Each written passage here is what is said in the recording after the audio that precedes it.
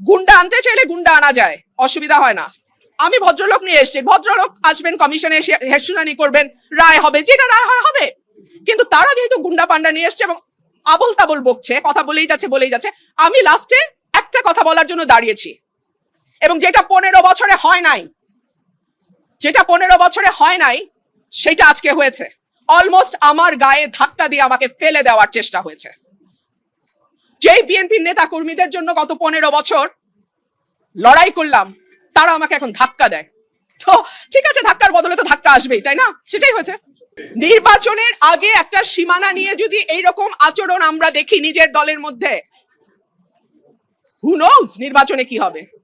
মুশকিল হচ্ছে, উনি যেহেতু খুব পরিচিত কোনো মুখ নন, উনি এনসিপি থেকে এসেছেন না জামা থেকে এসেছেন আমি জানি না, তবে উনি প্রথম, আমি জানি না যার কথা আপনি বলছেন, একজন আমাকে ধাক্কা দিয়েছেন, পাঞ্জাবি পরে, হ্যাঁ একজন ধাক্কা দিয়েছেন। তারপরে আমার লোক তো বসে থাকবেন, আমি তো একজন মহিলা, এবং পরে যখন আমার লোকজনকে মারধর করেছে, আমার লোকজন জবাব দিয়েছে। সিম্পল। আজকে ব্রাহ্মণবাড়িয়া 2 এবং 3 আসনের সীমানা নির্ধারণ নিয়ে একটা গণশুনানি ছিল। আমি ব্রাহ্মণবাড়িয়া 2 এর পক্ষে সেই গণশুনানিতে অংশগ্রহণ করি। আমার পয়েন্ট ছিল 4-5টা। এক হচ্ছে, স্বাধীনতার 53 বছরে এই যে 3টা ইউনিয়ন, চান্দুরা, ভুদুন্তি, হরসপুর, এরা ছিল সরাইলের সঙ্গে। 2008-এ তাদেরকে সরিয়ে দেয়া হয়, এই 3টা ইউনিয়নকে সরাইল উপজেলা থেকে সরিয়ে দেওয়া হয়, যে কারণে দেশনেত্রী বেগম খালেদা জিয়া বারবার বলেছেন 2008-এর আগের সীমানায় আমরা ফিরে যেতে চাই।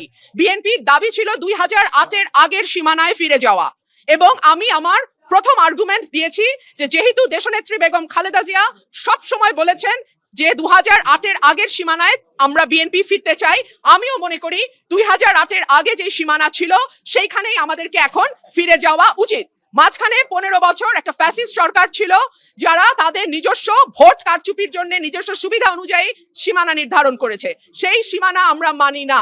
সেজন্য আমরা বলেছি 2008-এর আগের যে সীমানা, যেটা দেশনেত্রী বেগম খালেদা জিয়ার ইচ্ছা ছিল, সেখানে যাওয়া হোক। 2 হচ্ছে, আমাদের ভোটার সংখ্যা 6 লক্ষ, মানে বিজয়নগরের ভোটার সংখ্যা বা ব্রাহ্মণবাড়িয়া 3-এর ভোটার সংখ্যা 6,10,000, আর আমাদের যেটা সরাইল আশুগঞ্জ, সেখানে ভোটার সংখ্যা 4,20,000-এর মতো, আর এই 3টা ইউনিয়নের ভোটার হচ্ছে 1 লক্ষ। এই 1 লক্ষ যদি সরাইলের সঙ্গেও যুক্ত হয়, তারপরেও দেখা যাবে যে সদরের সঙ্গে বা বিজয়নগরের সঙ্গে সরাইলের ভোটার পার্থক্য অলমোস্ট 2 লাখ থেকে যায়।